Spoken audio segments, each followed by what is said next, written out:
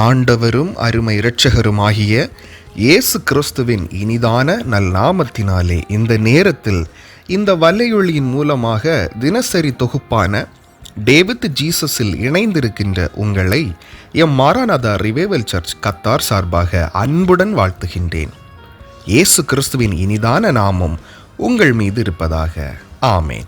இன்றைய நாளுக்கான வார்த்தை யோவான் எழுதின சுவிசேஷம் 1ஆம் அதிகாரம் அதன் 17வது வசனம். கிருபையும் சத்தியமும் இயேசு கிறிஸ்து மூலமாய் உண்டாயின. இயேசு கிறிஸ்துவே உமக்கு மகிமை உண்டாவதாக. ஆமேன்.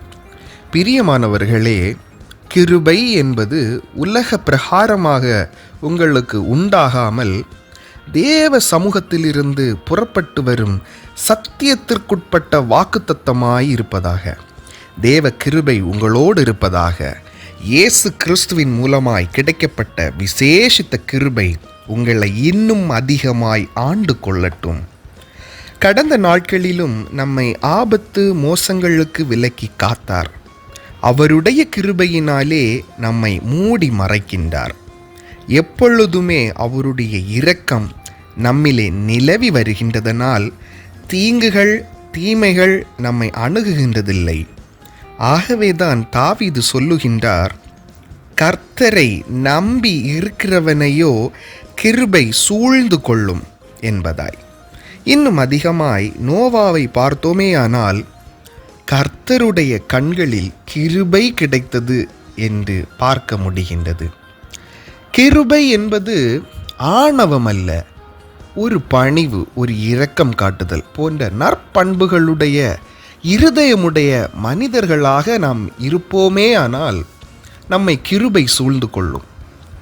நீங்கள் பணி செய்கின்ற தளங்களிலும் சரி, படித்து வரும் கல்வி நிலையங்களிலும் சரி, உங்கள் குடும்பங்களிலும் சரி, எவ்விடமாயினும் மனக்கசப்பில்லாமல் நற்பண்புகளுடைய மனிதர்களாக எல்லாவற்றிற்கும் மேலான தேவ சமாதானத்தோடு மற்றவர்களிடம் நம் அமைதலின் உணர்ச்சியை காட்டும் பொழுது இரக்கம் என்கின்ற நிலைப்பாட்டிற்குள்ளாக நாம் வருவோம்.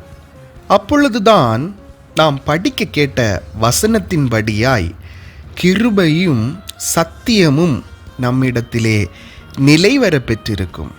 ஆகவே சத்தியத்தினை அறிவோம், சத்தியம் நம்மை விடுதலையாக்கும் என்ற வசனத்தின்படியாய் அமைதலுள்ளவர்களாக நாம் மாறுவோம். இந்நேரமே தேவன் நம்மை காப்பாராக. நாம் ஜெபிக்கலாமா? அன்பும் இரக்கமும் மட்டில்லாத கிருபைகளும் நிறைந்த நல்ல தேவனே, உமக்கு ஸ்தோத்திரம். இன்றைய நாளில் கிருபையின் சத்தியத்தினை கற்றுத்தந்தீர். அதற்காக உம்மை துதிக்கின்றோம். துதி கனம் மகிமை என்றும் உமக்கே. எங்களை கிருபையாய் சத்தியத்தில் வளருவதற்கு வழி ஏற்படுத்தி இன்றிருப்பதற்காய் உமக்கு நன்றி. காத்துக்கொள்ளும், வழி நடத்தும். இன்ப இயேசு கிறிஸ்துவின் நாமத்தினாலே ஜெபிக்கின்றோம். எங்கள் ஜெபம் கேளும் நல்ல பிதாவே. ஆமேன், ஆமேன், ஆமேன். பிரியமானவர்களே, தேவனுடைய கிருபை உங்களை இன்று சூழ்ந்து கொள்வதாக. நீங்கள் ஆசீர்வாதமாய் இருப்பீர்களாக. ஆமேன்.